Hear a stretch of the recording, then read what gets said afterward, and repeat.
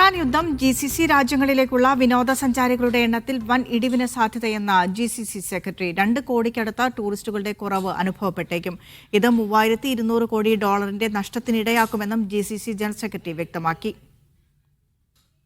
മേഖലയിലെ സംഘർഷം GCC രാജ്യങ്ങളിലേക്കെത്തുന്ന വിനോദസഞ്ചാരികളുടെ എണ്ണത്തിൽ വലിയ കുറവിന് കാരണമായേക്കുമെന്ന് ഗൾഫ് സഹകരണ council secretary general Jassim Al Budaiwi പറഞ്ഞു.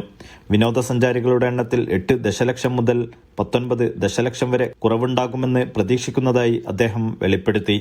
ഇത് ടൂറിസം വരുമാനത്തിൽ $13 ബില്യൺ മുതൽ $32 ബില്യൺ വരെ കുറവ് അനുഭവപ്പെടാൻ ഇടയാക്കുമെന്നും അദ്ദേഹം കൂട്ടിച്ചേർത്തു. GCC ടൂറിസം മന്ത്രിമാരുടെ പ്രത്യേക യോഗം ഉദ്ഘാടനം ചെയ്ത് സംസാരിക്കുകയായിരുന്നു അൽ ബുദൈവി. 72 ദശലക്ഷത്തിലധികം വിനോദസഞ്ചാരികൾ എത്തിയ മേഖലയാണ് GCC. ഇതുവഴി $120 ബില്യൺ വരെ വരുമാനം ലഭിച്ചതായും സെക്രട്ടറി ജനറൽ വ്യക്തമാക്കി. Naushad Rikkur, media 1, Dammam.